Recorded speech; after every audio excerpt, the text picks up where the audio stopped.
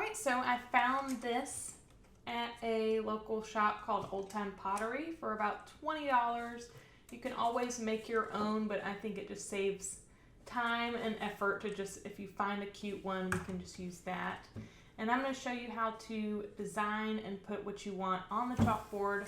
This one has these cute little clips at the bottom. I'm thinking I might do something, because we have 4 dogs, I'm thinking I'm going to do something related to the dogs. But I do want to make a welcome sign so when you come into the house you can see it. And I'm going to show you exactly how to make your own. So the first 2 things you need to do is measure the dimensions of your board. It's 14 inches tall and 10 wide. And then I want to find out what I want to put on the welcome signs. So the first spot I want to look is at Pinterest. I am going to go to Pinterest and go to the search bar and type in welcome signs. So a lot of these are the vertical signs. This is kind of a cute one. You can actually go ahead and pin the ones you want if you want to. Create a new board. And I'm just going to go through and pin some of my favorites.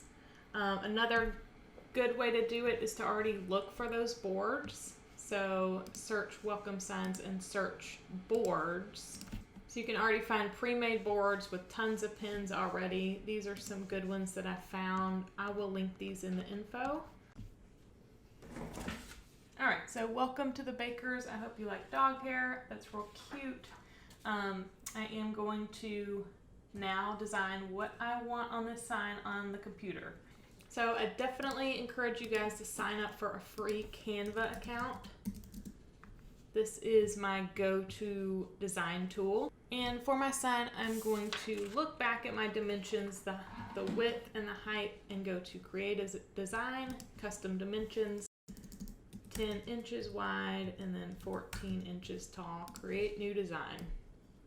So I'm first going to just start out, and mostly all I want is text. So I click the T and to make text, or you can go over here and click text button. So the first thing I'm going to do is type out what I want to write on the board.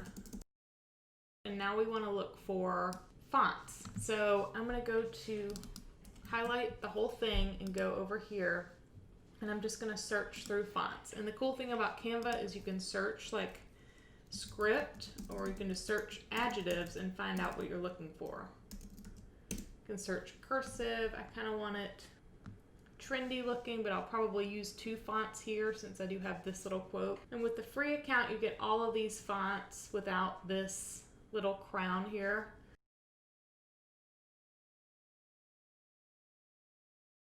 The spacing does look a little funky here. Pretty big spaces between each line, so I go up here to spacing and I can change the line height just like that easily. That looks a little bit better. Still not sure that I like this font the best. What I like to do is copy it. If I do find a font that I like, I'll just copy paste it and make these smaller, and then search for some more fonts. So I've decided on 4 fonts here that I really like. I think I'm going to, I don't want to erase these just in case I want to come back and change them. So I'm going to copy it and then delete the ones. I think I'm going to go with this one. This is the Moontime font. It is already centered, but if it's not, click this to make sure it is centered, and then drag the corner to make it bigger. So I still do want to decrease that line height just a little bit and just kind of center that right in the middle. And now I need to figure out a font for this. And since this is a script font, I don't really want another script font. I want something that looks good, kind of modern. Maybe if I type in modern up here, I can find something cool. It says contemporary, it suggested that. So I click that, and I just want to find something easily readable.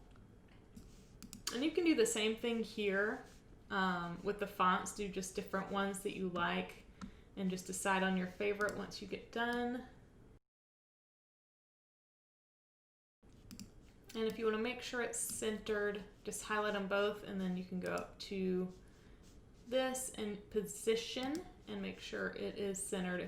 If that is gray where you can't click it, it is already centered. So now I want to decide, I can always put a cute little picture on there. If I do want to add a picture, I can go to Elements and search. So I think I'm going to search for a French Bulldog since we have one. They're always a cute little addition. And what I'm looking for is something super simple that's going to transfer easily over to the chalkboard. I don't want anything with a ton of details. I want just a super simple face or something that I can trace over. And my trick always is, if you like what you see but you're like still unsure, just make a copy of it and go to the next one. Like if you're not sure about that image and that location, then we can try a different one and see how it looks. And you can change the positioning of everything to just see which one you like the best. Okay, I think that's super cute. I want to see what it looks like as a chalkboard, so I just want to see what it looks like with a black background. So I am going to copy the page again, click on all of my text. You can actually highlight everything and turn it white. Then we can click the background, and so it's highlighted like that, and then click the color palette up here and change it to black. And then here's our little dog. A lot of the times you can change the colors up here for the clip art, but this isn't letting me, but that's okay. I do like how it looks, so I am gonna go ahead and save it. So this is the one with the white background that I want to save. So I'm going to download, and I want to download it as a PDF print, and I want to just download page 3, and I'll go ahead and click crop marks and bleed and download the design. So now I've opened the design up in Adobe, and I'm going to print it, and I want to print it life size. So the actual dimensions I put in Canva, 10 by 14, I want to do a poster version of this and print it with an overlap of 0.5 inches. The overlap doesn't matter too much, it just helps me align it when I'm taping the printed version together. So I am going to keep cut marks checked, and I think that's about it. You could do grayscale if you want to save ink. So I'll just click print. So I'm going to cut it all out and tape it together. You can always overlap and cut along the lines. That's why I like to leave the crop marks on there. If you are cutting a lot, a paper cutter might work better. All right, and so since there's that overlap, I can kind of line it up a lot easier than if there was barely any overlap at all. I want to just tape this together as best as I can. You can use washi tape or Scotch tape, any one. This is just your template. Okay, so now it's all taped together nicely. I am going to pull out the secret weapon. Okay, so what I use is this Sorrel transfer paper. Looks awful, like an awful piece of paper, but this will work for what I'm doing. This is all the washi. I can tell what side because of the washi already, but if you want to test, just use your fingernail and scratch it, and if there is a white mark, then you know you're on the right side. So I'm going to tape this piece down securely and flat, and then I'm going to put my design evenly on the board and tape it down as well. Okay, and now for the most time-consuming part, but it's crucial to make your sign look the best it can, and that's going over all of this with a pen. You can use any pen or pencil. I like to use the white gel pen just so I can see where I've gone over already. Since these letters are just one stroke, I'm just going to go right in the middle of the letters. When you're ready to go over the dog, go over as many details as you can. I'm just going to do an outline of his face. You can always erase those transfer lines with a regular eraser, but it's better to have more than not enough.